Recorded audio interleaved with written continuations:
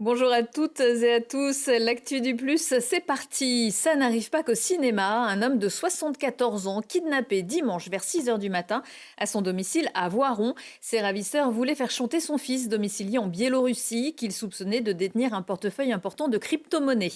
D'importants moyens policiers ont été déployés et le septuagénaire a finalement été retrouvé à Loriol dans la Drôme. Blessé à la main, il a été hospitalisé. Les 3 suspects ont été placés en garde à vue à Lyon. Le point sur cette affaire dans nos articles sur le site tgplus.fr. Le sirop coule de nouveau chez Tesser à Crolles. Après plus de 3 mois de grève, le travail reprend suite à la signature dimanche d'un protocole d'accord entre les représentants du personnel et la direction concernant les mesures d'accompagnement des près de 200 emplois supprimés. Mi-octobre, le fabricant de sirop, propriété du groupe Carlsberg, avait annoncé la fermeture du site. La direction annonce dans le même temps poursuivre ses recherches de repreneurs en lien avec l'État et les collectivités locales. Interrogé dimanche sur LCI au sujet de la prescription de l'affaire Bonfanti prononcée le 16 janvier dernier par la Cour de cassation, le ministre de la Justice Gérald Darmanin s'est dit favorable à la fin de cette application pour les crimes de sang. Ce délai est actuellement de 30 ans.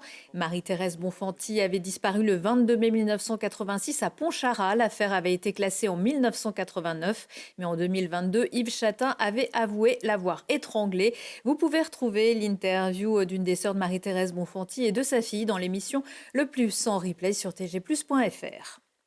Une figure du plateau du Vercors décédée dans des circonstances tragiques samedi en fin de matinée. Alors qu'il skiait sur une piste bleue du domaine de l'Assure à Autran, Jean Réplin a été victime d'un arrêt cardiaque percuté par une motoneige de la régie des remontées mécaniques qui se rendait sur une intervention. Les conséquences de l'accident, les circonstances de l'accident restent à déterminer. Jean Réplin était âgé de 83 ans, très actif sur la commune. Il avait été adjoint de Jean Faure. Il était à l'origine de la Maison des Jeunes. Dimanche matin, un hommage lui a d'ailleurs été rendu au moment du départ de la grande course de la foulée blanche. On se souviendra aussi que la 48e édition a battu un record d'affluence avec près de 1800 participants, toutes courses confondues. Dans le 42 km, Camille Coupé s'est imposée chez les femmes, Gérard Agnelet chez les hommes.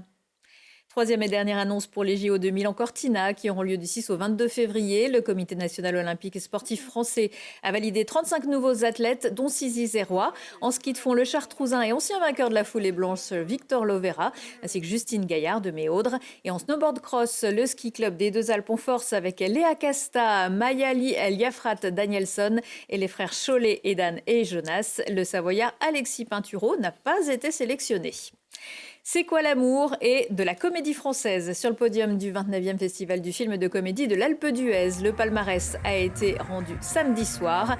C'est le premier à remporter le Grand Prix et le prix d'interprétation féminine pour Laure Calamy. Le second repart avec 4 prix, dont le prix spécial du jury et prix du public. Une grosse séquence émotion pour l'équipe menée par Mathilde Rondeau et Bernard Huskla, qui était aussi maître de cérémonie, et Pauline Clément, qui a coécrit le scénario. Il faudra patienter un peu pour voir le film. La sortie en salle est prévu le 22 juillet. Le festival pourra-t-il fêter son 30e anniversaire à l'Alpe d'Huez?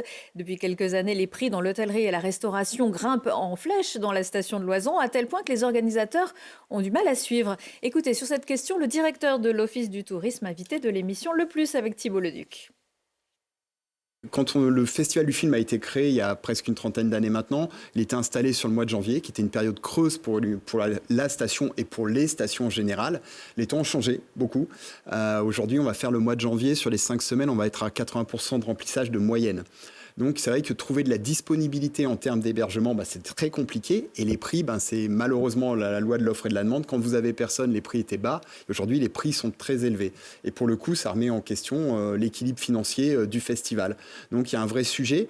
Les hôteliers, les chambres d'hôtes, les résidences de tourisme, les agences sont déjà très remplies. Donc c'est vrai que c'est pas évident si on se met à leur place de dire je vais casser ma semaine pour donner 1 ou 2 nuits à une équipe de film qui va rester 2 jours alors que je pourrais vendre la semaine.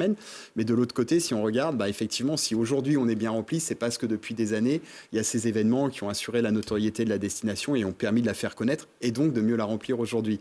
Donc c'est un petit peu un cercle compliqué, c'est un nœud là qu'on essaye de travailler ensemble. Donc oui, il y a un vrai sujet parce qu'il y a un déséquilibre financier, ce qui ne peut pas perdurer. La station souhaite garder le festival, les organisateurs souhaitent rester, mais il faut qu'on arrive à trouver une solution qui est tout sauf simple. Affaire à suivre, une émission à retrouver dans son intégralité en replay, comme les actualités de votre territoire sur notre site tgplus.fr et bien sûr sur nos réseaux.